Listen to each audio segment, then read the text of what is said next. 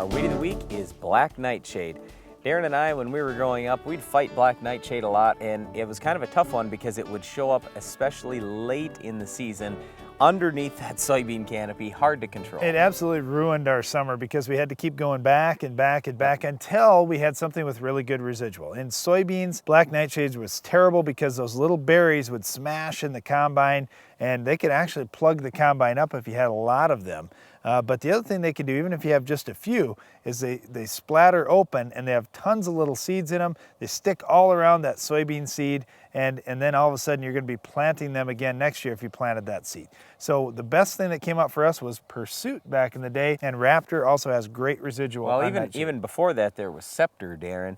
You know, you're probably too young to remember this, I remember Darren, Scepter, but it wasn't that great on Nightshade, Brian. It wasn't as good as what Pursuit and Raptor were. No, but it was pretty good. It was a dramatic improvement versus what we had, because basically back then it was Treflan, Sencor, and Basagran were the key products. Oh my goodness. And none of those were very good on well, that's right, and it's nightshade. still the same thing now. First rate's not that good on it either. You really have to go with Pursuit or Raptor, and even at a half rate, the soil residual does a nice job, but killing them post-emerge when they're big, you have to add some Flex Star in there too. In corn, well, yeah, if they're big. So if these weeds are 2 to 4 inches tall, Pursuit will get them. But once it gets a little bigger than that, we think Flex Star is a much better I'm just choice. trying to move this thing along here, Brian. In corn, Nightshade really isn't a big problem. We can smoke it with Status. That's our favorite product to use on black Yeah, Nightshade. but the pre's are pretty good too. I mean, even the Dual, Outlook, Harness, Surpass, they're not terrible.